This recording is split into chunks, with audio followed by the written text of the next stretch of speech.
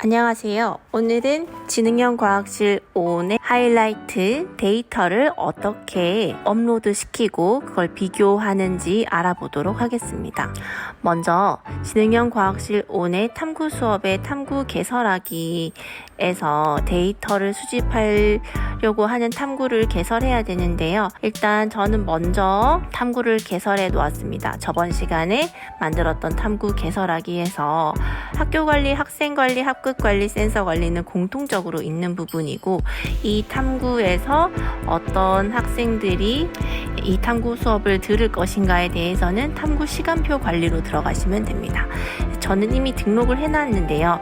이 학생들에게 수업을 개설한다 라고 설정을 해놓았고, 센서 데이터와 양식 데이터가 있는데, 센서를 수집해서 데이터를 직접 수집할 것인지 아니면은 이제 다른 수집 툴을 이용해서 수집된 데이터를 사용할 것인지 선택하는 방법이 나옵니다. 먼저 양식 데이터 먼저 해보도록 하겠습니다. 3학년 5반에 참여하는 학생들이 이렇게 나와 있고요. 다음 모둠을 이렇게 설정해 줍니다. 저는 모둠 인원을 4명이서 1명을 하도록 구성이 되어 있습니다. 그리고 리더를 선정할 수가 있습니다. 다음 저는 양식 데이터를 할 거기 때문에 일단 센서를 설정하진 않았는데, 센서 데이터를 이용할 경우에는 마이크로비트의 어떤 센서인지 검색을 통해서 일련 번호를 선택하시고 센서 데이터로 수집을 하시면 됩니다. 이렇게 설정을 해 놓으면 이제 데이터 수집을 위해서는 학생용 아이디로 들어가서 하셔야 되는데요. 이 학생에게 그 탐구 수업을 설정을 해 놓았는데, 나의 탐구 수업 시간표 확인하기 위해서 아까 제가 설정했던 그 탐구가 뜨게 됩니다. 그러면 들어가시면 학생들의 그 화면에 데이터 수집에 대해서 나오는데요. 데이터 수집을 눌러보면 데이터 수집 항목이라는 게 뜨는데요. 먼저 마이크로비트 제어판 설정 정보 학교 코드 복사하기, 이 부분은 제가 마이크로비트로 활용한 데이터를 수집할 때 다시 말씀드리도록 하겠습니다. 그리고 엑셀 업로드를 하면 샘플 양식 다운로드가 있습니다. 샘플 양식을 다운로드 받고 이제 열어보면은 이러한 양식이 나오는데요. 이 양식에 이제 내가 측정한 양식을 붙이면 되는 겁니다.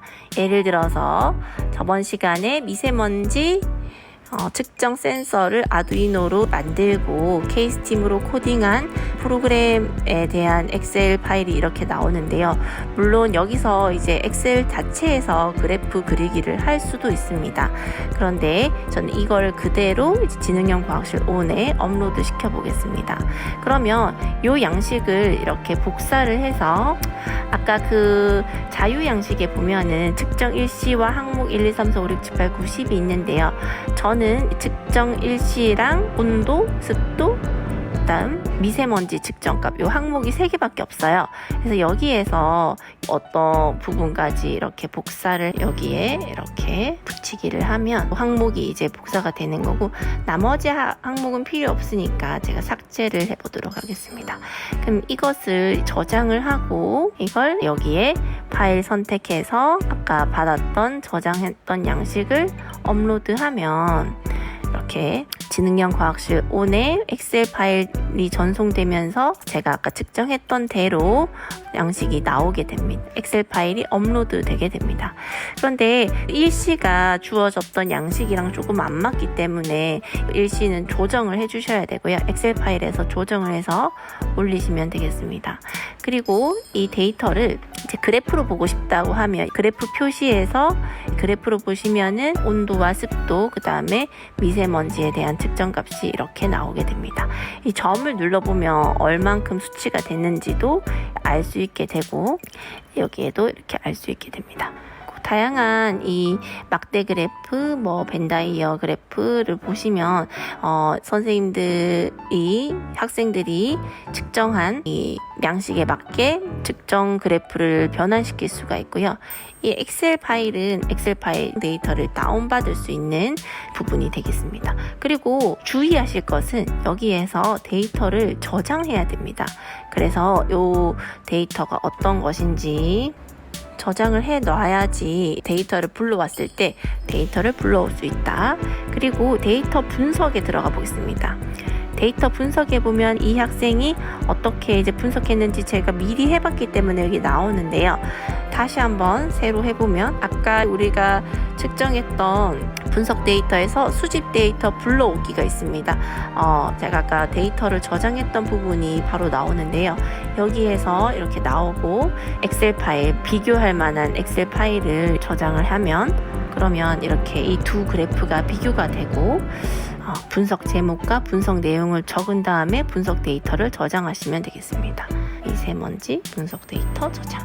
그러면 여기에 이제 분석 데이터가 저장되어 있던 데이터가 이렇게 뜨고요. 상세 보기를 누르면 아까 그 화면이 다시 나오고 공공 데이터를 활용하고자 하는 경우에는 이렇게 공공 데이터를 활용해서 또 여기에 이걸 눌러보면 엑셀 다운로드를 받을 수 있고 이 데이터를 그대로 사용할 수도 있습니다. 이때 공공 데이터는 너무 많은 양이기 때문에 6,000건 이상의 엑셀 다운로드는 지원하지 않습니다.